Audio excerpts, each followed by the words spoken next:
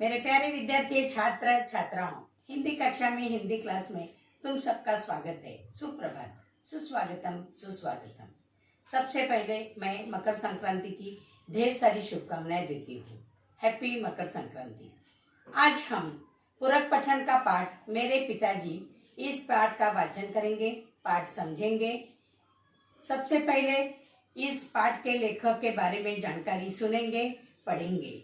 इसके लेखक है जाने माने पहचाने सुपरस्टार अमिताभ बच्चन के पिताजी डॉक्टर हरिवंश राय बच्चन जी, जो हिंदी कविता के उत्तर छायावाद काल के प्रमुख कवियों में से एक हैं। मधुशाला उनकी अत्यंत प्रसिद्ध रचना है, जिसमें लोकप्रियता के नए कीर्तिमान स्थापित किए। इनका जन्म 27 नवंबर 1907 प्रतापगढ़ उत्तर प्रदेश में हुआ। मधुशाला, मधु कलश, निशा निमंत्रण, एकांत संगीत, आकुल अंतर, खादी के फूल, हलाहल धार के इधर उधर, आरी कविता संग्रह, क्या भूलूं क्या याद करूं, नीड़ का निर्माण, फिर बसेरा से दूर, दशद्वार से सोपान तक, आत्मकथा के 4 खंड आदि इनकी प्रमुख रचनाएं बहुत प्रसिद्ध है। गद्य संबंधी मेरे पिताजी यानी डॉक्टर हरिवंश राय बच्चन जी ने उनके पिताजी यानी अमिताभ बच्चन के दादाजी के बारे में यहाँ पर इस पाठ में बताया गया है। तुम्हें तो पता है, आत्मकथा जीवनी यानी इसमें मैं इस सर्वनाम का उपयोग करते हुए हमें बताना पड़ता है, लिखना पड़ता है।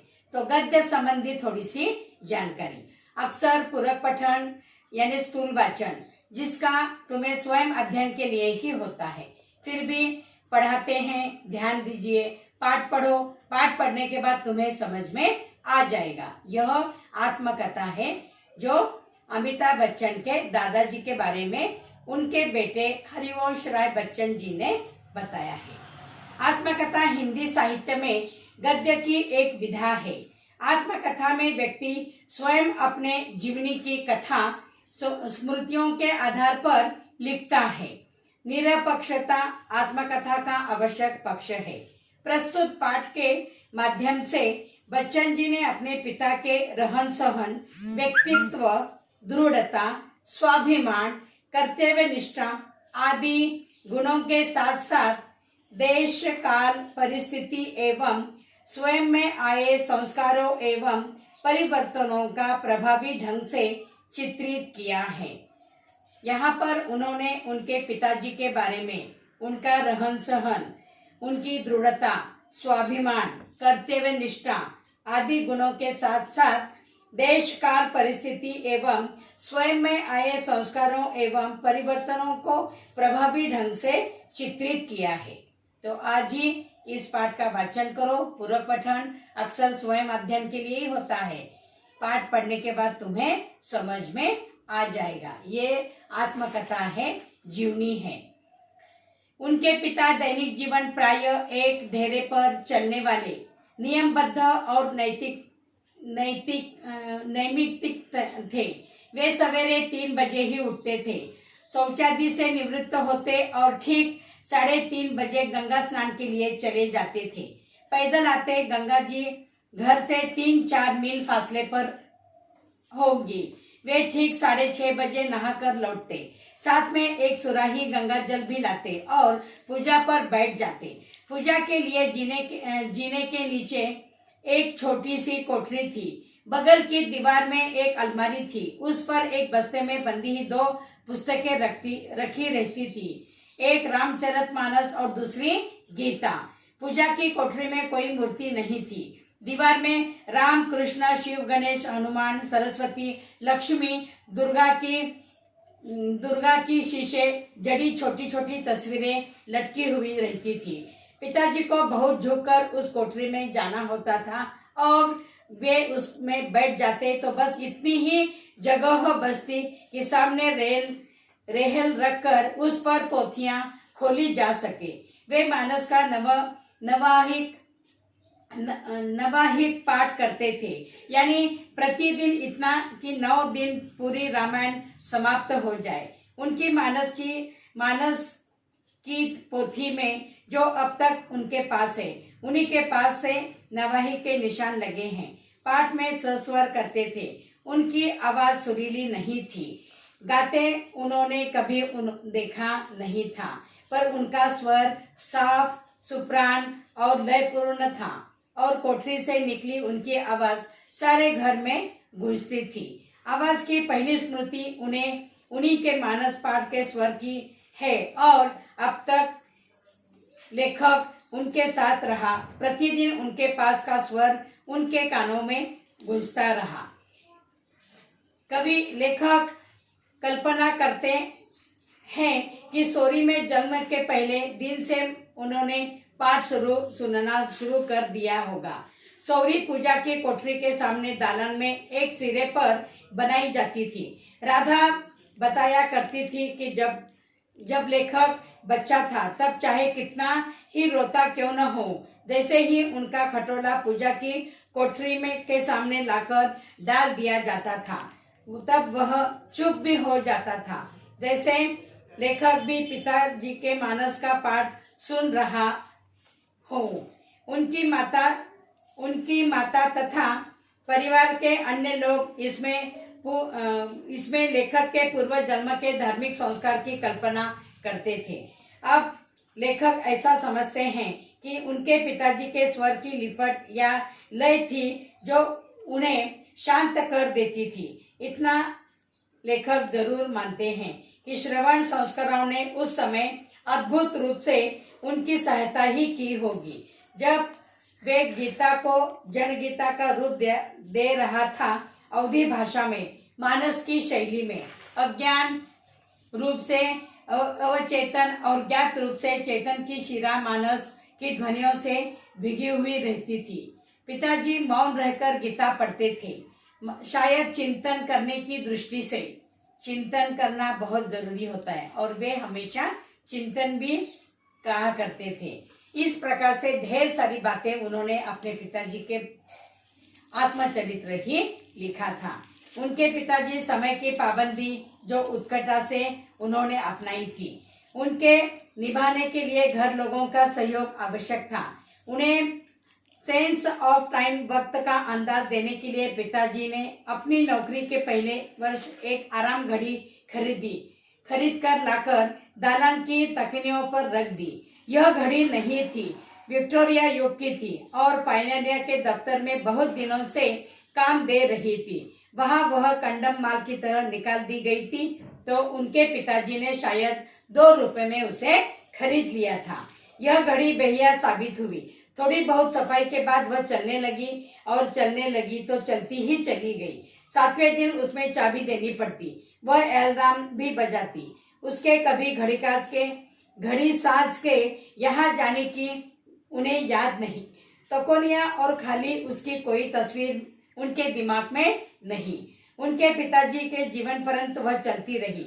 उनकी मृत्यु को लगभग 30 वर्ष होने आए हैं। अब भी वह चल रही है, जो अभी लेखक के पास है।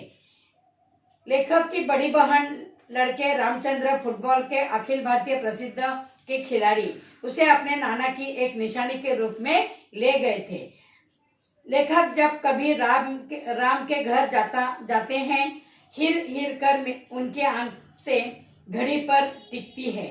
उनके घर में कितनी जन्म मरण, शादी ब्याह, भोजन महोत्सव उसने देखे थे। कितने हर्ष, विषाद, अश्रु, हास, वाद विवाद, कितने क्रोध, कलह, रोदन, गायन, श्रम, संघर्ष की वह साक्षी रही। उनकी माँ अक्सर कहा करती थी कि नाम तो एक आराम घड़ी है, पर न खुद आराम करते हैं न केहू को आराम कर देते हैं। आराम घड़ी नाम ऐसी घड़ियों के शायद इसीलिए दिया होगा कि ये जगह रख दी जाती है। अलार्म से आराम आया तो भी कोई अचरज की बात नहीं। कभी कभी आराम का आ भी छोड़ दिया गया है और ऐसी घड़ियों को उन्होंने लोगों को राम घड़ी के कहते सुना है। क्या भूलूं क्या याद करूं मैं, इस संग्रह से ये कुछ अंश पूरक पठन में तुम्हें अभ्यास के लिए लेखक ने यहाँ पर रखे हैं। तो अपने पिताजी के बारे में उन्होंने यहाँ पर बताया है, जो अमिताभ बच्चन के दादाजी थे। तो इस प्रकार मेरे पिताजी यानी मेरे पिताजी के बारे में उन्होंने यहाँ पर जीवनी ही लिखी है, जीवन चरित्र लिखा है, जिनके बारे में हमें पूरी जानकारी मिलती है। तो इस पाठ से हमें समय की पाबंदी को जताना चाहिए, यह भी संदेश मिलता है। समय की पाबंदी से जैसे महात्मा गांधी जी ने हमें बताया था, समय के पाबंद थे वे भी। एक बार उन्होंने कहीं भाषण देने के लिए गए थे, आनंद वन मठ में ठहरे थे। वहां पर उनका 11 बजे का समय था जो नहाने का, लेकिन कोई स्वयंसेवक उनकी सेवा के लिए रखे गए थे, लेकिन स्वयंसेवक समय पर नहीं आ पहुंचे। फिर भी उन्होंने कहा कि समय का पाबंद रहना, जो समय के पाबंद रहते हैं वे ही जीवन में आगे बढ़ते हैं। तो उन्होंने किसी भी तरह का विचार न करते हुए ठीक 11 बजे उनके नहाने का प्रबंध किया गया था, लेकिन स्वयंसेवक न आने की वजह से उन्होंने खुद गर्म पानी की बादली लेकर गए और खुद नहाए। तो इस प्रकार से वे समय के पाबंद थे और हमें समय के बारे में हमेशा कहा करते थे, टाइम इज मनी। एक बार खोया हुआ समय निकल गया तो वापस फिर से नहीं आता। बीता हुआ समय हम कभी वापस नहीं ला सकते। एक आधा धन पैसा अगर हमारा खर्च हो गया तो उसे हम फिर से कमा सकते हैं, लेकिन बीता हुआ समय कभी वापस नहीं ला सकते। इसलिए हमें पाबंदी से रहना चाहिए। इसी प्रकार की सीख यहाँ पर भी ये डॉक्टर हरिवंश राय बच्चन जी बताते हैं। उसके बाद कई भाषाएं, भारत देश में कई भाषाएं बोली जाती है, तो हमें भाषा का ज्ञान होना चाहिए। और हिंदी, इंग्लिश, संस्कृत आदि भाषाओं को हम जानते हैं, लेकिन किसी दूसरे राज्य में अगर हम गए तो वहां पर हम हिंदी से काम चला सकते हैं। हिंदी तो हमारी राष्ट्र भाषा है। इस प्रकार की जानकारी भी यहाँ से मिलती है। उसके बाद गंगा की स्वच्छता के संदर्भ में भी यहाँ पर बताया गया है। गंगा यह जीवनदायिनी नदी है। प्राचीन काल से यह इस नदी का जल जीवन स्रोत बना हुआ है। आज के कलयुग में एक तरफ जहाँ एक विशाल जन समूह गंगा नदी के जल पर आश्रित है और वही दूसरी ओर अपने स्वार्थ की पूर्ति हेतु उसमें कारखानों का दूषित जल, घरेलू कूड़ा करकट फेंका जा रहा है। गंगा को देवी मानने वाले लोग यदि इसी तरह उसमें फूल, मालाएं, लकड़ी, राख इत्यादि प्रवाहित करते रहोगे तो वह दिन दूर नहीं जब गंगा जल विष बन चुका होगा। इस तरह संभाव्य संकट में निपटने के लिए सरकार ने गंगा की स्वच्छता को महत्व देते हुए उनकी सफाई का अभियान शुरू कर दिया है। नमामि गंगे योजना के अंतर्गत संपूर्ण गंगा की सफाई और लोगों के उसके प्रति जागरूक किया जा रहा है। लोगों को धार्मिक भावनाओं का सम्मान करते हुए उन्हें चर्चा शिविरों में दूषित गंगा के विकराल रूप धारण कर लेने पर आने वाले संकट से परिचित कराया जा रहा है। पढ़ा लिखा स्वस्थ समाज सरकार की स्वच्छ गंगा परियोजना में कदम से कदम मिलाकर मिल रहा है और हम आगे बढ़ रहे हैं। इस प्रकार से गंगा की स्वच्छता के बारे में भी इस पाठ में बताया गया है। उसके बाद अपना व्यक्तित्व समृद्ध करने के लिए अलग अलग भाषाओं का ज्ञान हमें उपयुक्त होता है। संसार में असीमित ज्ञान अलग अलग भाषाओं से बिखरा पड़ा है। एक भाषा के माध्यम से संपूर्ण ज्ञान प्राप्त करना असंभव है।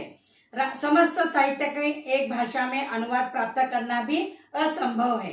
अधिकतम भाषाओं को सीखने से न केवल साहित्यिक ज्ञान मिलता है, बल्कि उस भाषा के देश, काल, वातावरण और सांस्कृतिक परिवेश का भी पता चलता है। हम उस भाषा के समुदाय से जुड़े लगते हैं, हमारा व्यवहारिक क्षेत्र बढ़ने लगता है। महात्मा गांधी, आचार्य विनोबा भावे, डॉक्टर राजेंद्र प्रसाद जैसे महापुरुषों का व्यक्तित्व समृद्ध होने का एक कारण उनका बहुभाषी होना ही था। भारत को एक सूत्र पिरोजने में बहुभाषाओं में इन महापुरुषों की अद्वितीय सहायता मिली है। अलग अलग भाषाओं को जानने के कारण उन्हें दूसरी भाषा बोलने वाले लोगों की समस्या समझ में आ जाती थी और उसका निदान भी वे यथासंभव कर देते थे।